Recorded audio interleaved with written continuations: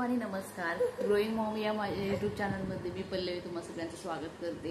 रुद्रला आंघोळ घालायचे पण त्यात तो इतका चिडला होता म्हणून मी त्याला जास्वंदाचं फूल तोडून दिले. आता तो पूर्ण त्याला चुरगळून ठेवणार आहे पण तो खेळतोय त्याच्यासाठी.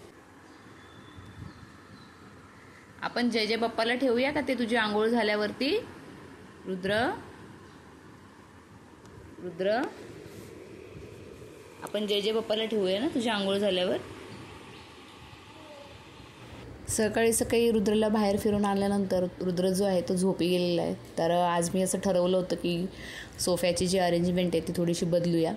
कारण आमच्याकडे जो एक सोफा जो आपला टिपॉय आहे, कॉफी टेबल म्हणतात त्याला, तर तो जो आहे तर तो त्याला चाकं आहेत आणि आता रुद्र नुकताच उभा राहायला लागलेला आहे. तर काय होतं की तो त्याला धरतो आणि उभा राहतो आणि मग तो पुढे सरकतो. त्याला पडायची भीती वाटते म्हणून मी त्याला एका कॉर्नरला ठेवून देणार आहे. आज आईसुद्धा नाही आहेत. रुद्र म्हणजे 2-3 दिवस त्या नसणार आहेत. मग रुद्र आणि मीच आहोत. तर जितका वेळ मध्ये मध्ये मिळतो तेवढ्या वेळात काहीतरी काम करण्याचं बघते मी. स्वयंपाकाचं कसं आहे की रुद्राला वॉकरमध्ये घातलं ना तरी तो खेळत राहतो आणि स्वयंपाक करू देतो. तो थोड्या वेळाने त्याला मध्ये मध्ये कडेवर घ्यायला लागतात. आतासुद्धा तुम्हाला रुद्राचा आवाज ऐकू येत असेल, तो माझ्या आजूबाजूला खेळतोय. झाडू मारायचा सुद्धा राहिला होता तर हे सोफ्याचं करायचंच आहे तर आधी झाडू मारून घेते. त्याच्यामुळे त्याच्याच बरोबरीने सोफ्याचं सुद्धा आजूबाजूचं जे आहे ते झाडून घेतलं जाईल. सोफ्याच्या खालून सुद्धा आमच्याकडे एक एक्स्ट्रा गादी आहे ना तर ती आम्ही सोफ्याच्या खाली ठेवतो. ती फोल्ड करून ठेवली ना ती बसते. त्याच्यामुळे इतर ठिकाणी जागा काय अडत नाही त्याची. आणि आता आजूबाजूला म्हणजे जवळपास सगळीकडे बांधकामं चालूच आहेत तर त्यामुळं रोज जरी झाडलं ना तरी खुर्च्यांवर किंवा इतर ठिकाणी पण आहे ना सिमेंटचे असे बारीक बारीक म्हणजे जसं माती येते तसं सिमेंट येतं आणि तुम्ही रोज जरी क्लीन केलं ना तरी ते तुम्हाला रोज दिसणार असंच आहे. त्यामुळं ते सुद्धा थोडं झटकून घेते. रुद्राची जी काही मांडणी आहे त्याची जे म्हणजे कबर्ड्स आहे त्याचं ड्रॉवर ते सुद्धा इथेच आहे तर ते पण मी सोफ्याच्या या बाजूला ठेवणार आहे. म्हणजे थोडंसं जागा तशी काही फारशी रिकामी नाही होणार पण थोडीशी अरेंजमेंट चेंज करूया, तेवढंच बरं वाटेल म्हणून.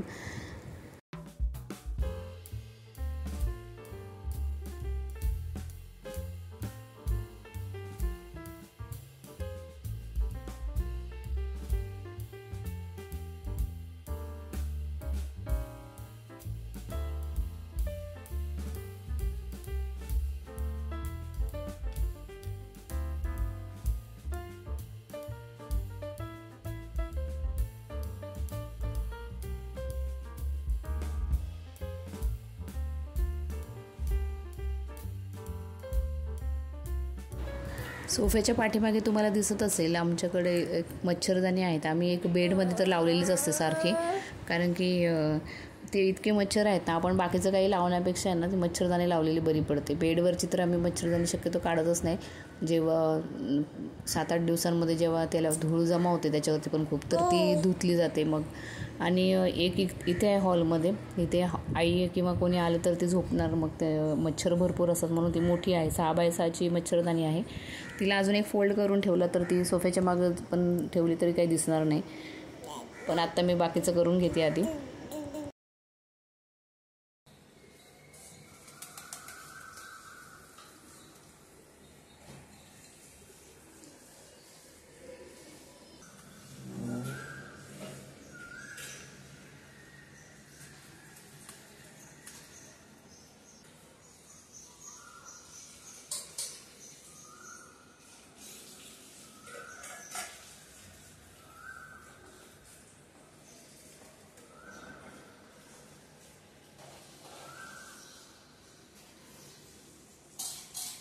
डोहाळे जेवणाच्या वेळेस मी टिपॉयवर ठेवण्यासाठी एक क्लॉथ आणला होता. तो तसंच आहे कबर्डमध्ये. आपण काय करतो की ह्या अशा वस्तू आहेत ना ते ठेवून देतो, त्या वापरत नाही आणि कधीतरी सणावाराला किंवा कधी आपल्याला असं ऑकेजन असेल तेव्हा काढतो वापरायला. पण आता मला सध्या असं वाटतं की या गोष्टी रेग्युलर वापरल्या पाहिजेत. नाहीतर आपण त्या 100-200ची वस्तू असते पण ती आपण ठेवून नंतर वापरून असं करतो आणि ती वर्षानुवर्ष तसेच होतं की वापरली पण नाही जात ती एवढी फ्रिक्वेंट आणि चेंज पण करता येत नाही. मग रुद्राची जी ही ड्रॉवरचं सेक्शन आहे ना त्यावेळेस म्हणजे आम्ही डोहाळे जेवणाच्या वेळेस जो कलर दिला होता ना तर त्याला सूट होईल असंच मग मी कलर घेतला. याच्यामध्ये असे कलरफुल पण ड्रॉवर्स मिळतात पण मग म्हटलं की एकाच कलरमध्ये चांगलं वाटेल ना म्हणून मग मी असं ग्रे कलरचंच घेतलेलं, कारण घरातील एक वॉल आहे ना तिला ग्रे कलर दिलेला आणि बाकीचं जे आहे तर थोडंसं क्रीम टेक्स्चर आहे, पूर्ण व्हाईट पण नाही आहे ते. तर आणखी एक तो जो त्याच्या ड्रॉवरवरती एक डब्बा दिसतो, त्याच्यामध्ये रुद्रचे खेळणे जे आहेत तर ती मी ठेवलेली आहेत. सध्या मी जितकं प्लास्टिक अवॉइड करणं शक्य आहे तेवढं करते, त्याच्यामुळं मग हे प्लास्टिकचं यूज मग मी त्याची खेळणी ठेवण्यासाठी केलं आहे डब्याचा. आणि हे सरकवून झाल्यानंतर लूक आहे की मी खुर्च्या ज्या आहेत तर त्या विंडोच्या साईडला ठेवल्यात आणि सोफा इकडे ठेवल्यात.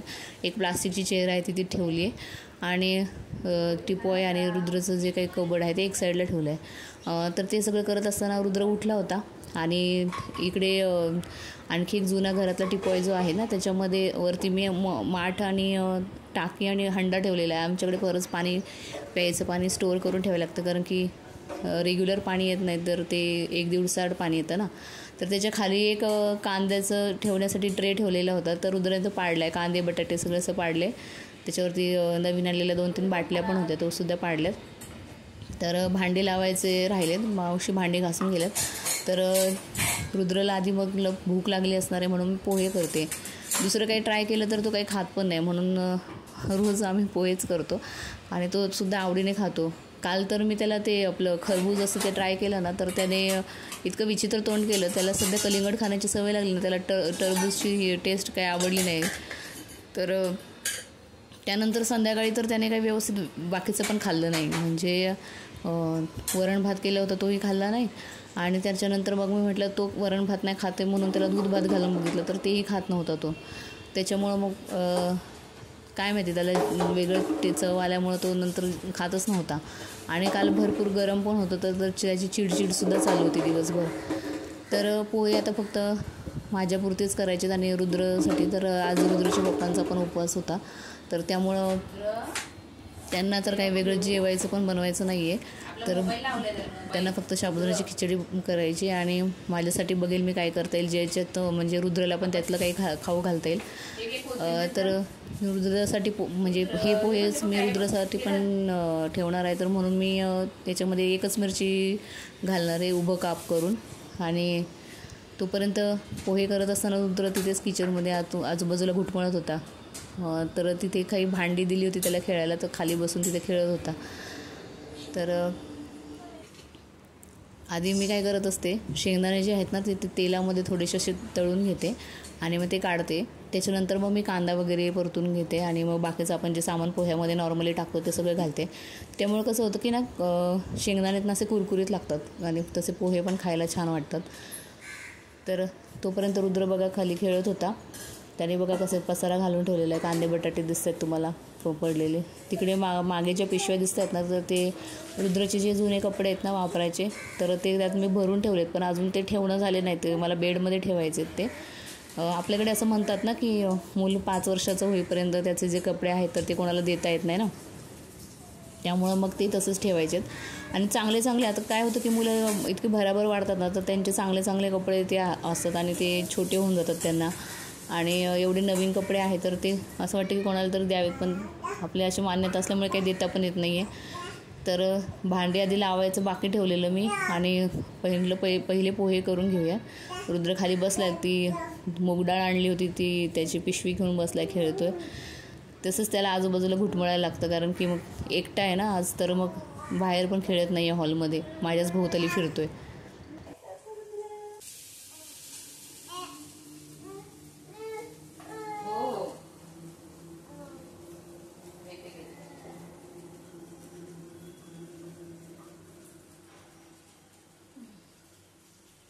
रुद्र मला कडेवरती उचलून घे म्हणत होता, म्हणून मी बाकीचं सामान जे आहे ते पटापट टाकलं. तसंच म्हटलं त्याला कडेवर उचलून घेऊन मग पोहे हलवता येतील, परतवून घेता येतील. थोडेसेच आहे त्याच्यामुळे काही प्रॉब्लेम नाही आला की पकडायची गरज नाही पडली. आणि त्याचबरोबरीने ताटं लावायची राहिली होती तर ती लावून घेते. तर पोहे जे आहेत तर ते होत आलेले आहेत. तर रुद्रला पण भूक लागली, त्याला आता समजतं, त्याला आवडतात पोहे तर तो खातो बरोबर. त्याच्याच बरोबरीने बरंचसं सामान जे आहे तर ते ठेवून दिलं. ओट्यावरचा पसारा बाजूला काढून ठेवला. रुद्रासाठी तापवून ठेवलेलं पाणी, तर ते पाणी आणि पोहे वगैरे घेऊन रुद्रला खायला घेते आधी.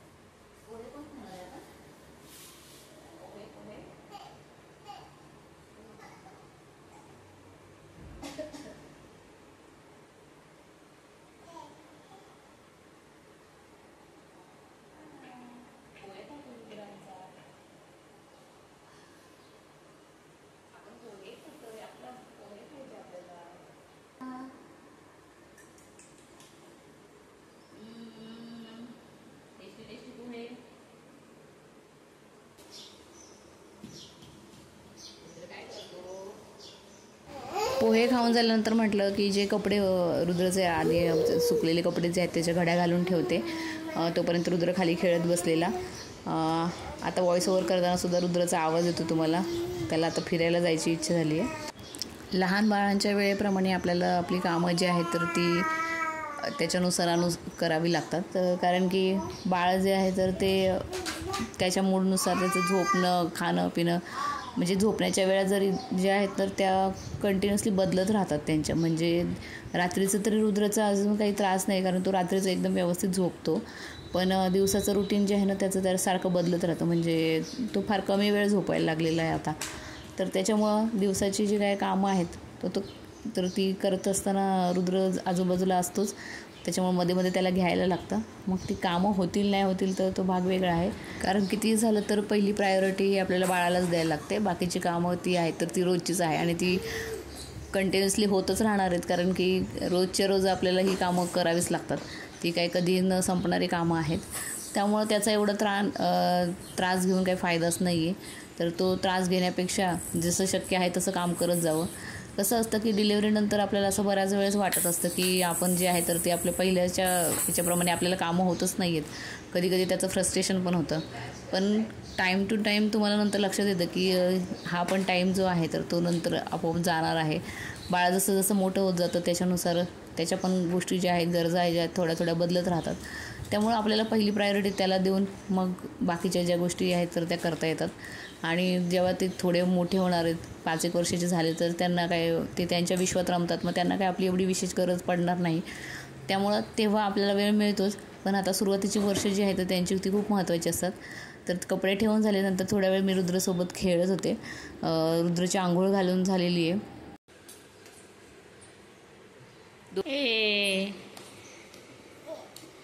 कुठे पडाला तो बॉल? तिकडे गेला बघा. आमची कांद्या बटाट्याची जाळी खाली पडली आहे. कांदे बटाटे पडलेत. थांब मी आणते.